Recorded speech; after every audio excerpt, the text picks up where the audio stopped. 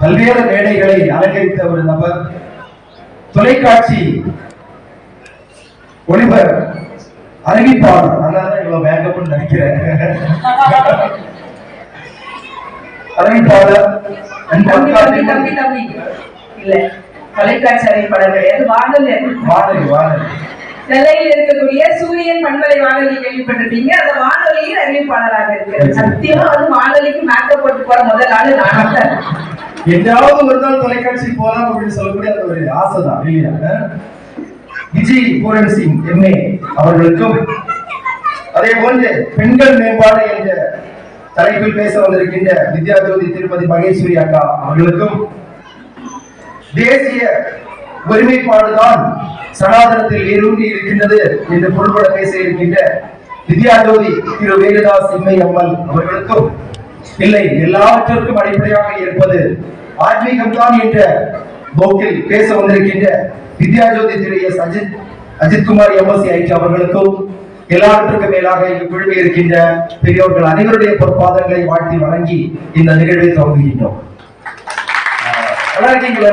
சந்தோஷமா இருக்கீங்களா? ஆக்சுவலி இந்த நிகழ்வு தொடங்கும் பொழுது நானும் பாண்டியன் அண்ணாச்சியும் கொஞ்சம் கலந்து ஆலோசித்தோம். என்னது வழக்கமான பட்டிமன்ற அக்கா சொன்ன மாதிரி ஆண்களா பெண்களா இப்படியெல்லாம் பேசிட்டு இருக்க வேண்டாம், அறிவுபூர்வமான ஒரு கலந்துரையாடல் வேணும், அதுக்காக ஒரு நிகழ்ச்சி ஒருங்கிணைங்க சக்தி அப்படின்னு சொன்னாங்க. அப்ப எங்களுக்கு ஒரு பயம் இருந்துச்சு, இல்ல அது நல்லா இருக்குமா, மக்கள் எல்லாம் ஒரு ரசிக்கணும் அப்படின்னு தான் வந்திருப்பாங்க அப்படின்னு சொல்லிட்டு. அப்ப எங்களுக்கு ஒரு நிகழ்வு ஞாபகம் வந்தது. நீங்க கேள்விப்பட்டிருப்பீங்க, அன்னையிடம் ஒரு பிரார்த்தனை சொல்லக்கூடிய ஒரு நிகழ்வு இல்லையா? பத்மநாபபுரம் சுயபிரகாஷ் ஆசிரமத்துடைய சக்தி ஸ்ரீ ஜெய்சங்கர்ஜி அவங்க வந்து தொழுத்து வாழ்வாங்க. அதனுடைய துவக்கம் இந்த மண், இந்த அரங்கம். அது இங்கிருந்து துவங்கி கிட்டத்தட்ட ஒரு 200க்கு மேற்பட்ட மேடைகள் கன்னியாகுமரி மாவட்டம் முழுவதும், கன்னியாகுமரிக்கு மேற்பட்ட அதே மாதிரி சிறப்பான நிகழ்வுகள் இங்க இருந்து துவங்கி இருக்கு. அதே போன்று ஒரு கலந்துரையாடல் இந்த நிகழ்வும் வரும் அப்படின்னு சொல்லிட்டு பாண்டியராஜி சொன்னாங்க. அதனுடைய அடிப்படையில் நான் உங்களுக்கு முன்னால் நாங்க எல்லாம் இந்த நிகழ்ச்சி இருக்கிறோம். சரியா? அதை தெரிவிங்க இல்ல? சரி, நன்றி. இங்க வந்து ஒரு அழகான ஒரு தலைப்பு நமக்கு கொடுத்திருக்கிறாங்க. அதாவது எதை சனாதன தர்மம் அடிப்படையாக வலியுறுத்துகிறது அப்படின்னு சொல்லிட்டு ஒரு 4 கோணங்கள்ல வந்து நம்ம வந்து அலசி ஆராய இருக்கின்றோம். அப்ப அதுல வந்து 4 சிறப்பான விஷயங்கள். அதுல ஒண்ணு சமுதாய நோக்கம் அப்படின்னு சொல்லிட்டு அந்த ஒரு கோணத்துல வந்து நான் வந்து இங்க வந்து பேசுறேன். நமக்கு சனாதன தர்மம் அப்படின்னு சொன்னா நமக்கு எல்லாருக்குமே தெரியும். அதாவது இந்த உலகத்துல பாத்தீங்கன்னா, நான் போனதே டீ போட்டு வராங்க, நான் போகும்போது எப்பவுமே அப்படிதான் சக்தி, உழைக்கிறது ஒரு ஆளா இருக்கு, உட்கார்ந்திக்கிறது வேற ஆளா. ஆமா, பாத்தீங்களா?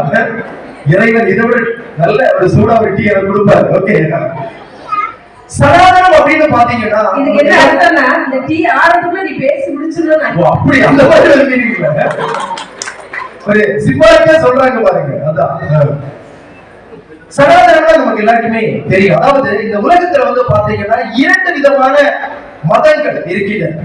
அதாவது ஒண்ணு என்ன அப்படின்னு பாத்தீங்கன்னா பிலீவர்ஸ் ரிலிஜன் அப்படின்னு சொல்லுவாங்க, நம்பிக்கை அடிப்படையாக கொண்டது இல்லையா? நீங்க சனாதன தர்மத்தை விட்டுட்டு மற்றது எல்லாமே பாத்தீங்கன்னா மதம். மதம்னா நமக்கு எல்லாருக்குமே தெரியும், ஒரு வெறித்தனம் இருக்கு இல்லையா? ஒரு வெறி, நான் தான், நாங்க தான், எங்களுடைய புத்தகம், எங்களுடைய தலைவர், எங்களுடைய கோட்பாடு, நம்பி ஆகும் இல்லையா? நம்பலைன்னா கல்யாணம் நடக்காது, நம்பலைன்னா ஒண்ணும் நடக்காது, வேலை கிடைக்காது, யாரும் சேர்த்துக்க மாட்டாங்க அப்படின்னு சொல்லக்கூடிய ஒரு நிலைமை. இங்க நமக்கு சனாதன தர்மத்துல அப்படி ஏதாச்சும் இருக்கா? ஏதாச்சும் இருக்கா? நீங்க உங்களை யாராச்சும் வீட்டுல வந்து நீங்க கண்டிப்பா வரணும், இல்லன்னா உங்களை நிலைக்கு அப்படின்னு யாராவது சொன்னாங்களா? ஒண்ணுமே இல்லை. நீங்க வந்து ஒரு தேடல். அதான் சனாதன தர்மத்திற்கும் மற்ற தர்மத்திற்கும் இருக்கக்கூடிய ஒரு வித்தியாசம். இங்க வந்து என்ன சொல்றாங்கன்னா, யாருமே நீ கண்டிப்பா சனாதன தர்மத்தை நம்பணும் அப்படின்னு எங்கேயாச்சும் நமக்கு சொல்லியிருக்காங்களா? ஏதாவது வேதத்துல சொல்லியிருக்காங்களா? ஒண்ணுமே சொல்லல. நீ தேடுன்னு சொல்லியிருக்காங்க. அப்படிதான், நீங்களா தேடணும். நீ தேடும் பொழுது உனக்கு புரியும், அடுத்தது அதை அனுசரிக்கணும் அப்படின்னு சொல்றாங்க. நாம தர்மம் அப்படின்னு பாத்தீங்கன்னா, நம்ம சாதாரணமா நமக்கு நினைவுக்கு வருது தர்மம்னா தர்மம் கொடுக்குறது இல்லையா? நம்ம தர்மம் கொடுக்குறீங்க இல்ல, கொடுக்குறோமா? கொடுப்போம் இல்லையா? யாராச்சும் பார்த்துருந்தா 10 ரூபாய் எடுத்து போடுவோம், யாரும் இல்லையா தர்மம்ங்கிறதே நம்ம தர்மம் செய்யறதுனா நமக்கு ஏதோ புண்ணியம் கிடைக்குங்கிறதுக்காக சுயநலமா செய்யப்படக்கூடியது அந்த தர்மம் இருக்கு. மனிதர்கள் இல்லையா? ஆனா இங்க வந்து அதுவும் ஒரு தர்மம் தான். ஆனா இங்க வந்து என்ன அப்படின்னு பாத்தீங்கன்னா தர்மம் அப்படின்னா அனுசரிக்கிறது இல்லையா? எதற்காக அனுசரிக்கணும்? நாம் நமக்காக, நம்முடைய குடும்பத்திற்காக, நம்முடைய சமுதாயத்திற்காக, இந்த பிரபஞ்சத்திற்காக அந்த தர்மத்தை அனுசரிக்கணும். அப்ப இந்த சனாதனத்தை வந்து பாத்தீங்கன்னா பல்வேறு விஷயங்கள் நமக்கு சொல்லி இருக்கிறாங்க இல்லையா? நம்முடைய தர்மம் அது அடிப்படையாக இருப்பது வேதங்கள். நம்ம எல்லாருக்குமே தெரியும் இல்லையா? ரிக், யஜூர், சாம, அதர்வண வேதங்கள் இது எல்லாமே இருந்துட்டு இருக்கு. இது தவிர வந்து நமக்கு பாத்தீங்கன்னா ஆயுர்வேதம் இருக்கா இல்லையா? இந்த ஆயுர்வேதத்தை நமக்கு என்ன சொல்லி இருக்கிறாங்க? மருத்துவம் இல்லையா? சரகம், சுரந்தம் அப்படின்னு சொல்லக்கூடிய முதலாவதான அறுவை சிகிச்சையை நம்முடைய சனாதன தர்மத்தை அடிப்படையாக கொண்டு நம்முடைய வேதங்கள் நமக்கு வந்து சொல்லி இருக்கு. அதே மாதிரி போராடுவதற்கு தேவையான ஏவுகணைகள் செய்வது வரைக்கும் நம்முடைய வேதங்களில் தெளிவாக சொல்லப்பட்டிருக்குல்ல. இதெல்லாம் எதுக்கு சொல்லி இருக்கிறாங்க? மனிதம், சமுதாயம் சிறப்பாக இருக்க வேண்டும், பாதுகாப்போடு இருக்க வேண்டும், ஆரோக்கியமாக இருக்க வேண்டும், அவர்கள் வந்து ஒழுங்காக இருக்க வேண்டும், கட்டுப்பாடோடு இருக்க வேண்டும். இதற்காக நம்முடைய வேதங்கள் ஒரு வாழ்வியல் நெறிமுறையை நமக்கு சொல்லியிருக்காங்க இல்ல. இதைத்தான் நம்ம என்ன சொல்றோம்னா சனாதனம். அதை நம்ம கடைபிடிக்க வேண்டும், அதை அனுசரிக்க வேண்டும். இதை வந்து தர்மம் அப்படின்னு சொல்றோம். சரி, இது வந்து நம்முடைய பொதுவான சனாதன தர்மம் பற்றிய ஒரு விளக்கம். இதுல எல்லாமே சொல்லியிருக்காங்க. கல்வியை பற்றி சொல்லியிருக்காங்க, பெண்கள், இது எல்லாமே நமக்கு வந்து இருந்துட்டே இருக்கு. கல்வியை எடுத்துப்போம். நம்ம எல்லாம் படிச்சிருக்கோம். படிக்க அறிவு என்ன ஆகணும்? வளரணும். எனக்கு நமக்கு வளர்ந்துட்டு வருதா? நல்லா படிச்சிருப்பான். நாய் நக்கிற மாதிரி தலையை வச்சுட்டு பசங்க சுத்திட்டு இருக்காங்க. இருக்காரா இல்லையா? பைக்ல 100ல போறான். அவன் வேற ஏதாவது டீக்கர் பைக் அப்படித்தானே? 100ல போறான். எங்க போய் ஏறான்? 101ல போய் ஏறான். இருக்கா இல்லையா? 8 சாமி 8 நம்பர் நமக்கு தெரியும். 108 நான் இது எல்லா இடத்துலயும் இருக்கா இல்லையா? ஒரு ஜீன்ஸ் போடுறான், கிழிச்சு போட்டே இருக்கான். கல்வி வளர நாகரிகம் வளரணும். அதே மாதிரி அறிவு கூட ஒரு விஷயம் இதுல குறிக்க வந்தேன். அது எப்படி வளர்றான், ட்ரெஸ் போடுறான், பைக்ல போறான்னு அவையில பேசுறீங்க. பெண்கள் எப்படி இருக்காங்கன்றதையும் சொல்லல. இன்னைக்கு பசங்க முடி வெட்டுறாங்க பாத்துட்டீங்களா? ஏதோ சட்டி அப்படி தலையில வச்சு இந்த பக்கம் ஃபுல்லா எடுத்து பார்க்க முடியும். பாத்தீங்கன்னா அப்படி சட்டி தலையில இருக்கிற மாதிரியே இருக்கும். ஒரு சிலர் பாம்பு ஒரு படம் எடுக்கிற மாதிரி, ஓணம் படுத்திருக்கிற மாதிரி, இன்னும் ஒரு சில கட்சி சின்னங்கள் எல்லாம் அடிச்சு வச்சிருப்பாங்க. அதே ஒருத்தர் பாருங்க அன்னைக்கு பின்னால போன் நம்பரை கட் பண்ணி வச்சிருக்கான். போன் நம்பர் முடி வெட்டி போன் நம்பர் வச்சிருக்காங்க. இது எதுக்கு தம்பி? யாராவது பார்த்தா மிஸ்டேக் கொடுக்க மாட்டாங்கக்கா. இந்த ஆண்களுடைய உடைகள் வந்து உண்மையே அப்படித்தான். பேண்ட் போட்டு போவான், எப்ப கீழே விழுவான்னு தெரியாம ஒரு பேண்ட் போட்டு போவான். நமக்கு தான் பின்னால பைக்ல போகும்போது பயமா இருக்கும். பைக்ல போறான்னு பாத்தீங்களா? இவன் எப்படி உட்காந்துருப்பான்? பைக் ஓட்டான். பின்னால உட்காந்துருக்கவங்க எப்படி உட்காந்துருவாங்க? மடியில உட்காந்துருப்பாங்க. பைக் போறது அது ஒரு விஷயம். இதோட முக்கியமான ஒரு விஷயம் சொல்ல வேண்டியது, இந்த பைக்ல லவ்வரை மட்டும் தான் அவன் கூட்டிட்டு போக முடியும், இல்ல பொண்டாட்டியை மட்டும் தான் கூட்டிட்டு போக முடியும். சத்தியமா அவங்க அம்மாவை கூட்டிட்டு போக முடியும். அம்மா எப்படி உட்காருவாங்க பைக்ல? உட்கார முடியாது. அம்மாவை கூட்டிட்டு போக முடியாது. So only for girlfriends, lovers and wife, not for mother. அம்மாவுக்கு அங்க இடம் கிடையாது. பெண்களை பத்தி சொல்லி ஒரு விஷயம். பெண்கள் இன்னைக்கு வந்து அவங்களை யாருமே சொல்லல, யாரும் குறை சொல்லணுங்கிற நோக்கம் கிடையாது. இந்த அனைவரும் அழகா படம் கட்டி வந்திருக்கீங்க, சுடிதார் போட்டிருக்கீங்க, பார்க்கறதுல. ஆனா இன்னைக்கு இந்த நாகரிகம் நம்ம ஊரை தாண்டி வெளியில நீங்க பார்க்க முடியுதா? நம்ம ஊரை தாண்டி வெளியே போனீங்கன்னா இந்த உடை அலங்காரத்தை நம்ம பார்க்க முடியாது. கோவிலுக்கு வரவங்கள முக்கால் பேண்டோட போறாங்க, அப்புறம் ஆங்கிள் பீச் அதை போட்டுதான் கோயிலுக்கு வராங்க. சத்தியமா நான் நேற்று சென்னை போயிட்டு நான் வடபழனி முருகன் கோயில பார்த்த காட்சியை சொல்றேன். அம்மா வந்து ஒரு 30 வயசு இருக்கும், 30 வயசுக்கு மேலே இருக்கும். அந்த ஆங்கிள் பீட் போட்டு ஒரு நீளம் கட்டி இடுப்பெல்லாம் தெரியற மாதிரி ஒரு கட் போட்டு ஒரு டாப்ஸ் போட்டுருக்காங்க. அவங்க பொண்ணுக்கு ஒரு 3 வயசு இருக்கு. அதுக்கு அழகா அந்த ரெடிமேட்ல பட்டு புடவை இருக்கு தெரியுமா, அதை கட்டி கூட்டிட்டு வந்துருக்கு. நீ கட்ட வேண்டியதை பிள்ளைக்கு கட்டிட்டு இந்த நாகரிகமா இருக்கதான் செய்யும். கண்டிப்பா நீங்க பியூட்டி பார்லர் போறீங்களா? நான் போக மாட்டேன்.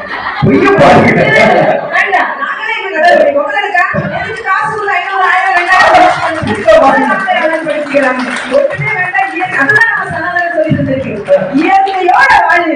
இயற்கை தான் கடவுள். எனக்கு எல்லாமே இயற்கை தான். ஒரு தக்காளி பழம், ஒரு ஆரஞ்சு பழம், ஒரு உருளைக்கிழங்கு, இது தராத அந்த அழகையா இந்த பியூட்டி பார்லர்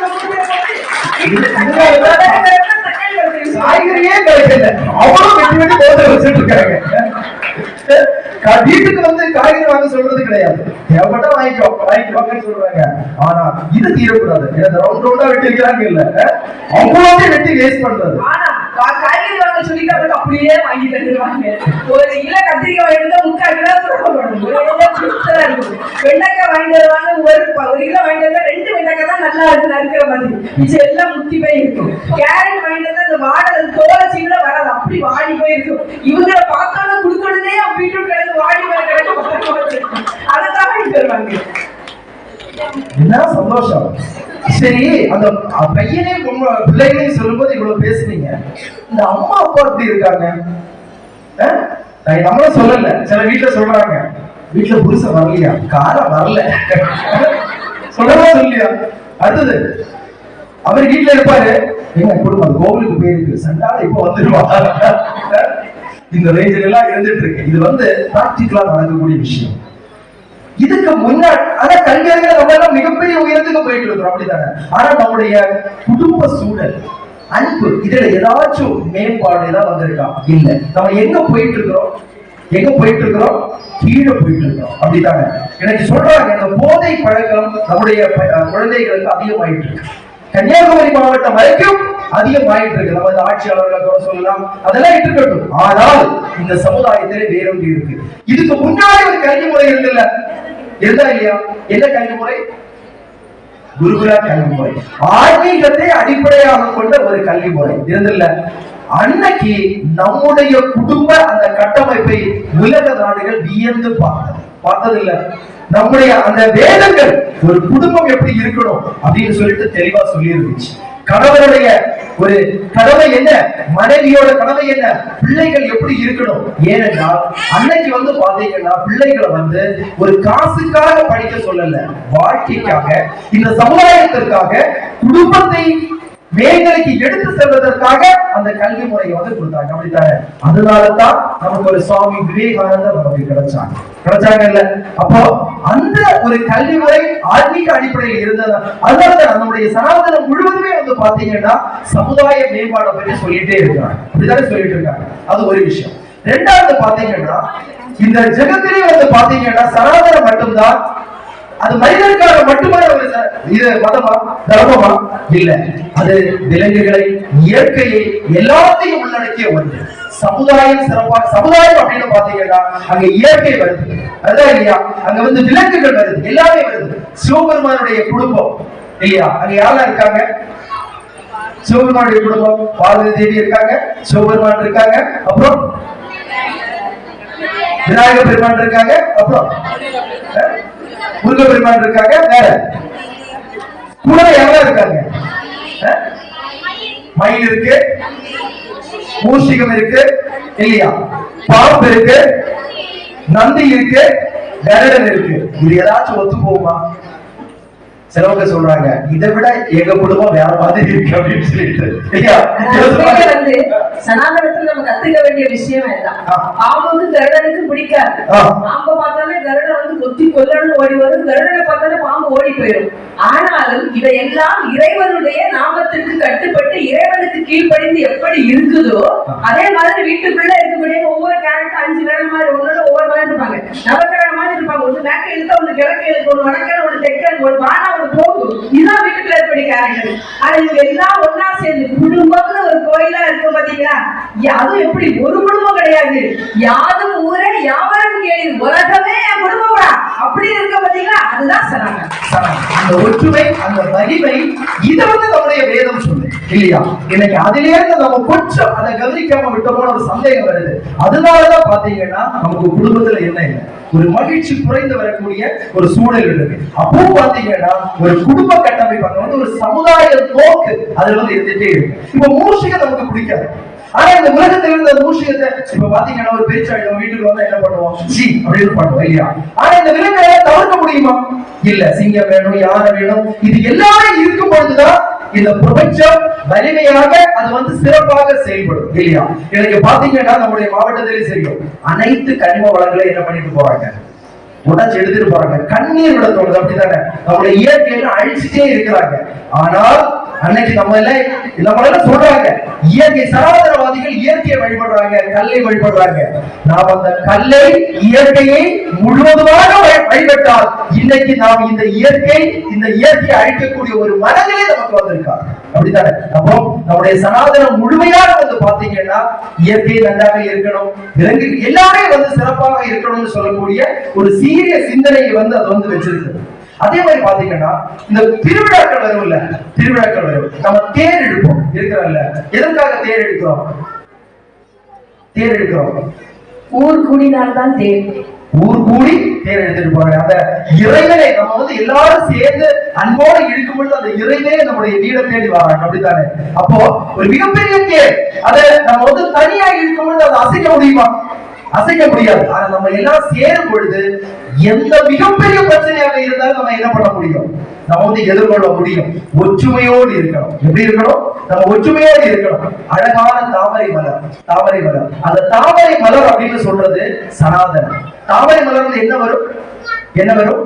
அழகான மனம் வீசும் இல்லையா? இந்த மனத்தை தேடி யாரு வரும்? யாரு வரும்? வண்டு வரும், வண்டு வரும். ஆனா தவளை வருமா? வராது. ஏனென்றால் அந்த தாமரை பூவினுடைய வாசத்தை நுகரக்கூடிய திறமை, அந்த அறிவு யாருக்கு கிடையாது? தவளைக்கு கிடையாது. தாமரை பூ அழகான வாசம் வீசக்கூடியது இல்லையா? ஒரு அழகான அந்த ஒரு குளத்துல இருந்துச்சுன்னா அந்த தண்ணீர் சுரப்பாக இருக்கும் இல்ல?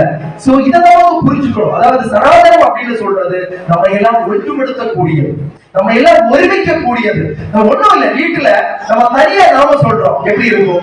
ஓரளவுக்கு சந்தோஷமா இருக்கும் இல்லையா? இன்னைக்கு வந்து புஷ்பாபிஷேகம் நடந்துச்சு, நீங்க எல்லாரும் நாமத்தை சொல்லிட்டு இருந்தீங்க, எல்லாருக்கும் எப்படி இருந்துச்சு? சந்தோஷம் இருந்துச்சு. நம்ம 10 பேர் சொல்றதுக்கும் 100 பேர் சொன்னா அந்த இறைமை அல்லது அந்த சந்தோஷம், அந்த பாசிட்டிவ் வைப்ரேஷன் எப்போ வரும்? எல்லாரும் சேர்ந்து இருக்கும் பொழுது. அப்ப நம்ம எல்லாம் ஒருமுகத்தோடு இருக்கணும் இல்லையா? ஒற்றுமையோடு இருக்கணும். அது சனாதனத்துக்கு வேண்டி வரக்கூடிய பிரச்சனைகளாக இருக்கலாம், குடும்பத்துக்கு வரக்கூடிய பிரச்சனைகளாக இருக்கலாம். நம்ம ஒற்றுமையோடு அதை எதிர்கொள்ளும் பொழுது நம்ம வந்து மிகப்பெரிய பிரச்சனைகளை எதிர்கொள்ளக்கூடிய ஒரு வலிமை இருந்துட்டே இருக்கா இல்லையா?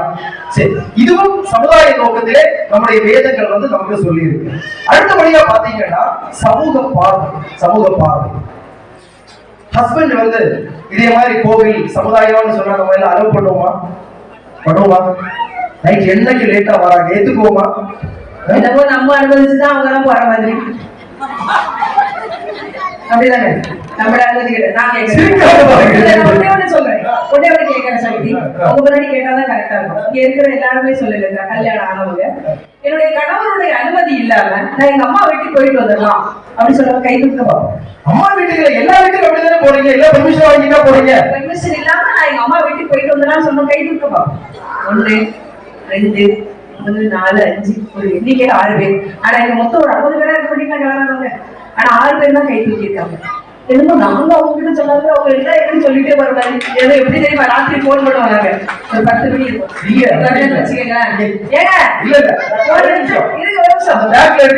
கேட்டு பாருங்க, யாருக்காவது அவங்க அம்மா வீட்டு இருக்கும்போது ஆட்சேபம் இருக்கா உங்களுக்கு?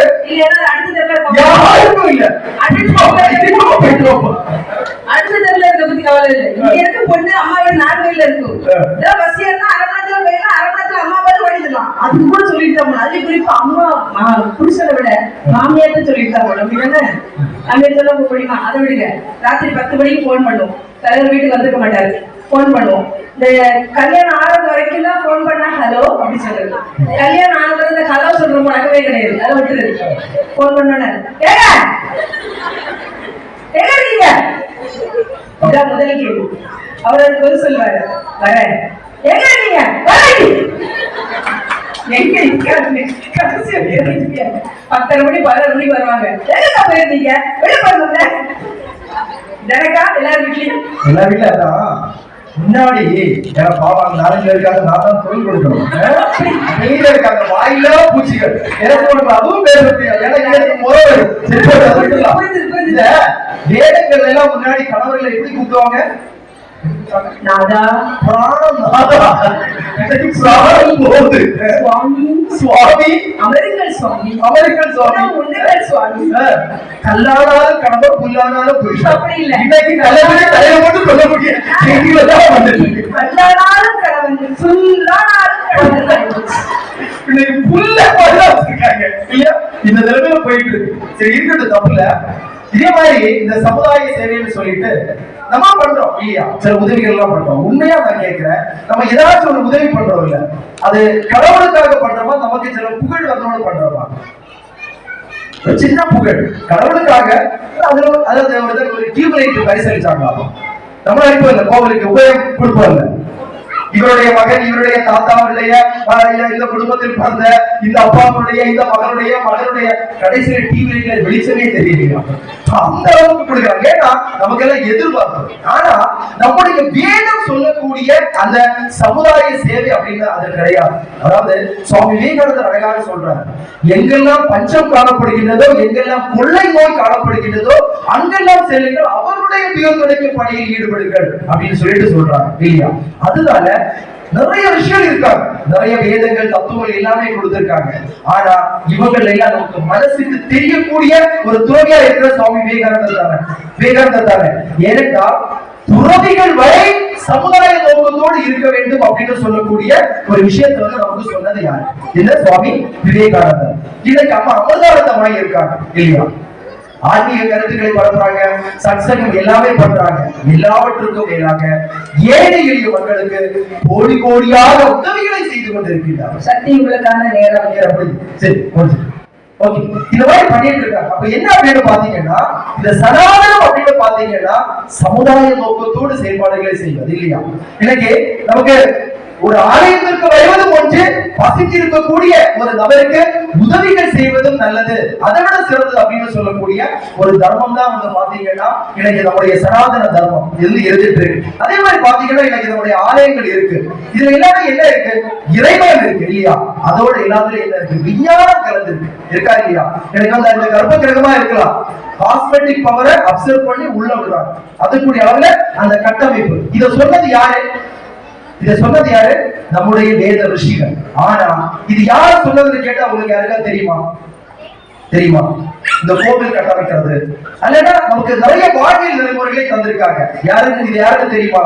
ஏனென்றால் அவர்கள் பேட்டன் ரைட் எல்லாம் வாங்கி வைக்கிறாங்க. இன்னைக்கு வந்து சில சமயங்கள் அல்லது சில மதங்கள் என்ன பண்ணது, இதை நான் சொல்லிக்கிட்டேன், இது என்னுடைய கண்டுபிடிப்பு அப்படின்னு சொல்லிட்டு இருக்காங்க. ஆனால் இந்த உலகம் இனியும் ஒரு யுகம் இருந்தாலும் இந்த உலகம் எப்படி இருக்கும், நாம் எப்படி வாழணும் அப்படின்னு சொல்லக்கூடிய தத்துவங்களை அவங்க வந்து சொல்லியிருக்காங்க. எப்படி சொல்லியிருக்காங்க? அவருடைய தியானத்தின் அடிப்படையில், அவர்களுடைய தபத்தினுடைய அடிப்படையில் வேத ரிஷிகள் நமக்கு அந்த கருத்துக்களை எல்லாம் சொல்லியிருக்காங்க. ஆழ்ந்து சொல்லியிருக்காங்க. ஆனால் ஒரு இடத்திலையும் அவர்களை பதிவு செய்ய வேண்டும் என்று சொல்லிட்டு தரக்கில்ல. ஏனென்றால் நம்முடைய தர்மத்தில் சுயம் என்று ஒன்றே கிடையாது. என்ன சொல்லுது? சுயம் ஒன்றுமே கிடையாது. எல்லாமே இந்த சமுதாயத்திற்காக, இந்த மக்களுக்காக, இந்த ஜனத்திற்காக நம்முடைய வாழ்க்கை, நம்முடைய செயல்பாடுகள், இது எல்லாமே நம்முடைய ஜெகம். இந்த ஜெகம் இறைமயமானது. அந்த ஜெகம் இறைமயத்தோடு சிறப்பாக இருக்கும் பொழுது நாம் அனைவரும் சந்தோஷமாக அந்த ஜெகத்திலே வாழ முடியும் அப்படின்னு சொல்லிட்டு பல்வேறு கருத்துக்கள் இருந்தாலும் சனாதன தர்மம் அழுத்தம் திருத்தமாக சமுதாய பார்வையை சொல்கின்றது என்று கூறி வாய்ப்புக்கு நன்றி அளிக்கின்றேன். நன்றி, வணக்கம். தம்பி வந்து சூடா டீ கொடுத்திருப்பாரு, போகாத வரைக்கும் அழுதுட்டே இருப்பாரு. டீ கொடுத்திருப்பான். உண்மையிலே நல்ல விஷயம். அருமையான சமுதாய மேம்பாட்டுக்கான விஷயத்தை இயற்கையோடு இணைந்து சொல்லியிருக்கீங்க. அருவினா கீழ் நோக்கி தான் பாயணும், நெருப்புனா மேல் நோக்கி தான் ஏறணும். இது இயற்கை. சூரியனா கிழக்கதான் உதிக்கணும், மேற்கதான் மறையணும். இதுதான் இயற்கை. இரவு வரணும், பகல் வரணும். இது இயற்கை. எப்படி இயற்கை மாறாத சில விதிகளை வைத்திருக்கிறதோ அப்படித்தான் சனாதன தர்மம் மனிதனுடைய வாழ்க்கைக்கு மாறாத சில விதிகளை கொடுத்திருக்கிறது. புருஷன் தான் பொண்டாட்டி கழுத்துல தாலி கட்டணும், பொண்டாட்டி புருஷன் கழுத்துல தாலி கட்டக்கூடாது. இங்க பொண்ணு பிறக்குது, அங்க இருந்து புகுந்த இடம் ஒண்ணு இருக்கணும், இன்னொரு இடத்துக்கு வாழ போகணும். சில சட்ட திட்டங்கள், தர்மங்கள், கோயிலுடைய ஆகமங்கள் எல்லாமே மாறக்கூடாது, காலகாலமாக அப்படியே இருக்க வேண்டும் என்பதற்காக உருவாக்கப்பட்டிருக்கிறது. அதுல ஒன்றுதான் கல்வி. கல்வி இருந்தா மனுஷன் நிச்சயமா முன்னேறிவான் அப்படிங்கிறதுக்காக கல்வி கொடுத்திருக்காங்க. கடவுள் வந்து நீ இந்த கோயிலுக்கு வா, என்ன வந்து கும்பிடு அப்படிங்கிறது எந்த ஒரு அழுத்தமும் நமக்கு ஆண்டவன் தரவில்லை. நீ வந்து கும்பிட்டேனாதான், இந்த மந்திரத்தை சொன்னாதான், நீ சுவாமியே நீ சரணமையப்பா நீ சொன்னாதான் அவனை வாழ வைப்பேன், எந்த கடவுளோட வாக்குறுதி கொடுத்துருக்காங்களா? இல்ல. இந்த மந்திரம் தான் சொல்லணும், இந்த கோயில தான் கும்பிடணும், இப்படித்தான் இருக்கணும், எந்த கடவுளும் சொல்லல. ஆனா இதை யாரோ கடவுளை தாண்டி யாரோ ஒருத்தர் உருவாக்கி இருக்காங்க. அந்த ஆகமங்கள் அடிப்படையில நம்ம நம்புறோம். நம்முடைய நம்பிக்கை நம்மளை வாழ வைக்கிறாங்க. வலிமைங்கிறது என்ன தெரியுமா? வலிமைங்கிறது எவ்வளவு பேர் அந்த மதத்துல இருக்காங்க, எவ்வளவு பேர் பின்பற்றாங்கிற எண்ணிக்கையில கிடையாது. எண்ணிக்கையில கிடையாது, நம்முடைய நம்பிக்கையிலும் கொள்கையிலும் தான் இருக்கிறது வலிமைங்கிறது. ஆக அந்த வலிமையில பார்க்க போனா நம்மளை அடிச்சுக்க இந்த உலகத்துல யாருமே கிடையாது. நாம தான் வலிமையானவர்கள். அது ஆணா இருந்தாலும் சரி, பெண்ணா இருந்தாலும் சரி. படிக்க படிக்க அறிவு வளர்கிறதா இன்னைக்கு, அறிவியல் வளர்கிறதா இன்னைக்கு, தேவையில்லாத விஷயங்கள் கூடவே வளருது. மேற்கு வங்கத்தில் நடந்த ஒரு சம்பவம், ஒரு மருத்துவமனை, ஒரு அரசு மருத்துவமனை, தினமும் வந்து ஒரு குழந்தைகள் வார்டு இருக்குள்ளே, சின்ன குழந்தைகள் அட்மிட் பண்ணிருப்பாங்கல்ல, டெய்லி ஒரு பச்சை பிள்ளை செத்து போயிடுது. எப்படிதான் டெய்லி ஒரு மரணம் நடக்குதுன்னு ஆச்சரியப்படுறாங்க எல்லாரும். இதை கண்டுபிடிக்கிறதுக்கு அங்க வந்து கேமரா வைக்கல, சிசிடிவி கேமரா வச்சு கண்டுபிடிப்போம், என்னதான் நடக்குதுன்னு பார்க்கலாம்னு சொல்லி கேமரா பிக்ஸ் பண்றாங்க. ஒரு ஞாயிற்றுக்கிழமை இன்னைக்கு காலையில பெருக்கிறதுக்காக ஒரு அம்மா வருது, நேரா வந்து செல்போனை சார்ஜ் பண்ணி கையில தூக்கிட்டு வருது. இந்த என்ன சொல்ல, ஆக்சிஜன் எல்லாம் கட் பண்ணிருப்பாங்க இல்லையா, ஒரு பாயிண்ட், அந்த பாயிண்ட உருவி கீழே போட்டுட்டு இந்த செல்போன் சார்ஜர் போட்டு சார்ஜ் பண்ணிட்டு போயிட்டே இருக்கு. அந்த ஆக்சிஜன் எந்த குழந்தைக்கு போகுதோ அந்த குழந்தை மூச்சு தருது, அந்த குழந்தை செத்து போயிடுது. காரணம் என்ன? பொறுப்பின்மை. என்ன இருக்குது, எதனால அந்த ஆக்சிஜன் கொடுத்துருக்காங்கன்றதை யோசிக்காம அவளுக்கு தேவை செல்போன்ல சார்ஜ் பண்ணணும். அப்ப இந்த மாதிரியான சில வித்தியாசமான வேடிக்கை வினோதங்களும் நடந்து போயிருந்து அறிவு வளரும் போது. இது பெண்களுக்கு மட்டும் இல்ல, ஆண்களுக்கு பொறுத்து எல்லாருக்கும் இருக்கு. ஆக இந்த சனாதன தர்மம் அவர் சொல்ற மாதிரி சமுதாய மேம்பாடை தருகிறது, அது உண்மையான விஷயம். அதுக்கு அடிப்படையா இருக்கக்கூடியது கல்வி. அவர் கேட்ட மாதிரி இந்த டெலஸ்கோப் எல்லாம் கண்டுபிடிச்சு வானத்துல என்ன இருக்குன்னு பாக்குறதுக்கு முன்னாடியே